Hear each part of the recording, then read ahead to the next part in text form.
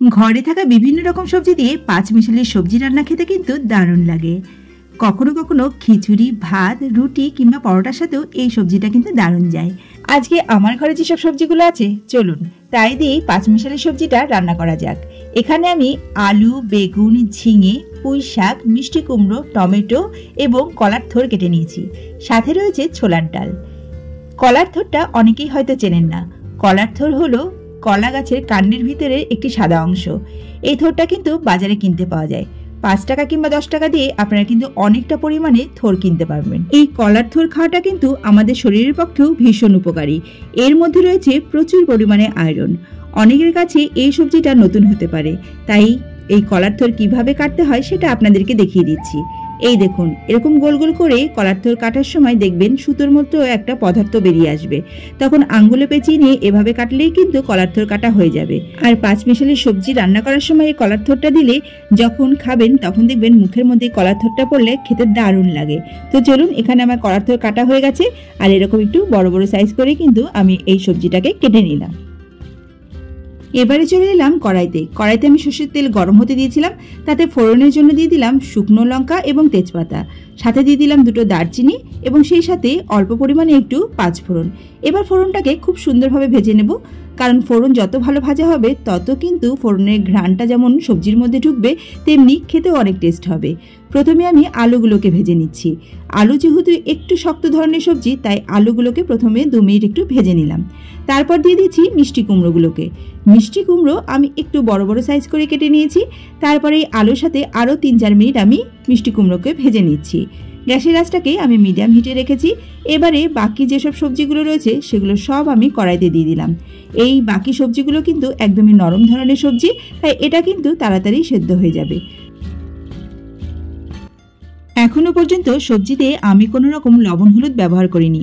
লবণ দিলেই সবজি থেকে জল উঠতে শুরু করবে। আর তার আগেই আমি 5 মিনিট মাঝারি হিটে সবজিগুলোকে খুব ভালো করে ভেজে নিলাম। এবার আমি পুঁই শাকের ডাঁটা এবং পাতাগুলোকে ব্যবহার করছি। অনেকে শুধুমাত্র ডাঁটা দিয়ে খেতেও ভালোবাসেন, তবে এখানে পাতা দিলেও কিন্তু খেতে ভালো লাগে। শীতকালে যখন পুঁই শাক খুব ভালো পাওয়া যাবে না, তখন কিন্তু শীষালা পালং শাকের ডাঁটাও কিন্তু আপনারা ব্যবহার করতে পারেন। এবারে দিয়ে দিচ্ছি পরিমাণ মতো লবণ এবং পরিমাণ মতো হলুদ গুঁড়ো। এবার এই লবণ এবং হলুদ গুঁড়োকে আমি সবজির সঙ্গে খুব ভালোভাবে একটু মিশিয়ে দিচ্ছি।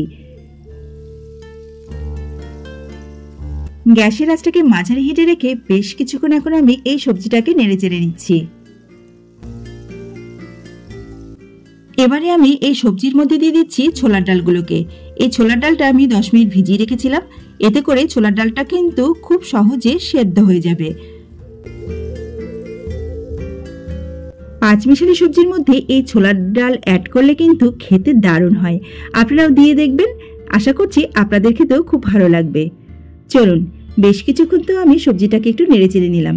এবার গ্যাসের আঁচটাকে মিডিয়াম টু লো হিটে রেখে 5 মিনিটের জন্য একটু ঢাকা দিয়ে দিচ্ছি।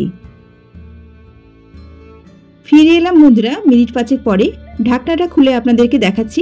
দেখুন, সবজি থেকে কিন্তু অল্প অল্প জল উঠতে শুরু করে দিয়েছে। এই সবজিতে আমি কোনো রকম আর জল অ্যাড করব না। সবজি থেকে যে জল উঠেছে তাই দিয়ে কিন্তু সবজিটা সুন্দর সেদ্ধ হয়ে যাবে। এবারে দিয়ে দিচ্ছি টমেটো কুচি। টমেটো দেওয়ার পরপরই আমি দিয়ে দেব চেরা কাঁচা লঙ্কা। এখানে 7-8টি কাঁচা লঙ্কা আমি ব্যবহার করেছি। ঝালটা নিজেদের প্রয়োজন অনুযায়ী দেবেন। আর দিয়ে দিলাম 1 চা চামচ গ্রেট করা আদা আর ছোট চামচের 1 চামচ জিরে গুঁড়ো। সমস্ত মশলাটাকে এবার সবজির সঙ্গে খুব ভালো করে একটু মিশিয়ে দিচ্ছি। গ্যাসের আঁচটাকে মিডিয়াম হিটে রেখে এতক্ষণ ধরে আমি সবজিটাকে একটু নেড়ে চেড়ে দিচ্ছিলাম। এবারে আঁচটাকে একটু কমিয়ে আমি আরও 5 মিনিটের জন্য ঢাকা দিয়ে রাখবো, যাতে সবজিটা পুরোপুরি ভালোভাবে সেদ্ধ হয়ে যায়। ফিরে এলাম বন্ধুরা মিনিট 5 পরে। সবজি কিন্তু দেখেই বোঝা যাচ্ছে যে সেদ্ধ হয়ে গেছে। এবার আঁচটাকে আমি একটুখানি বাড়িয়ে তারপর এভাবেই আরও 5 মিনিট ধরে একটু নেড়ে চেড়ে নেব। এই পাঁচমিশালি সবজি বা লাবড়ার তরকারি যত ভালো মেশানো হবে তত কিন্তু এটা খেতে অনেক টেস্টি হবে।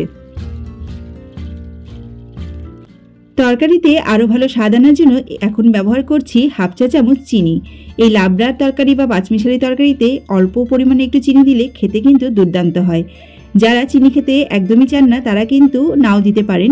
যেহেতু এখানে মিষ্টি কুমড়ো দেওয়া আছে তাই এই সবজিটা কিন্তু হালকা হালকা মিষ্টি অবশ্যই হবে, তবে চিনিটা দিলে এর মিষ্টির ব্যালেন্সটাও ভালো থাকবে আর খেতেও দুর্দান্ত হবে।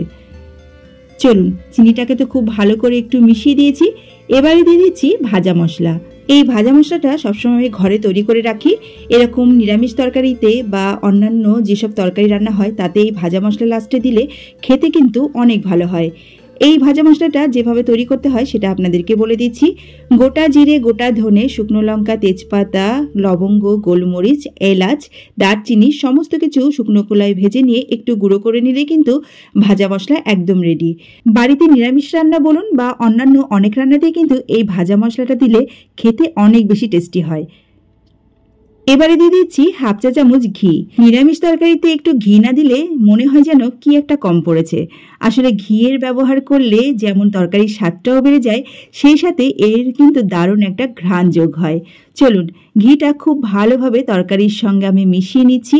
এবারে আমি গ্যাসের আঁচটাকে বন্ধ করে দেব, যাতে ঘিয়ের গন্ধ এবং ভাজা মশলার গন্ধ একেবারেই পালিয়ে না যায়, আর ঢাকা দিয়ে 5 মিনিট রেস্টে রেখে দিচ্ছি। আমার ঘরে তো আজকে গরম গরম খিচুড়ির সঙ্গে এই লাবড়া তরকারিটা খাওয়া হবে। আপনার ঘরে কি দিয়ে আপনি এই পাঁচমিশালি তরকারিটা খেতে ভালোবাসেন সেটা কিন্তু কমেন্ট করে অবশ্যই জানাবেন। এই পাঁচমিশালি সবজিটা কিন্তু ভাত, খিচুড়ি, রুটি কিংবা পরোটা যে কোনো কিছুর সাথেই কিন্তু খেতে দুর্দান্ত লাগে। তো বন্ধুরা, এই ছিল আজকে আমার সহজ পাঁচমিশালি তরকারি রেসিপি। আশা করছি রেসিপিটি আপনাদের ভালো লেগেছে। ভালো লাগলে অবশ্যই একটা লাইক শেয়ার করবেন। আজকে তাহলে এই পর্যন্তই। সবাই ভালো থাকবেন। আজকের মতো নমস্কার।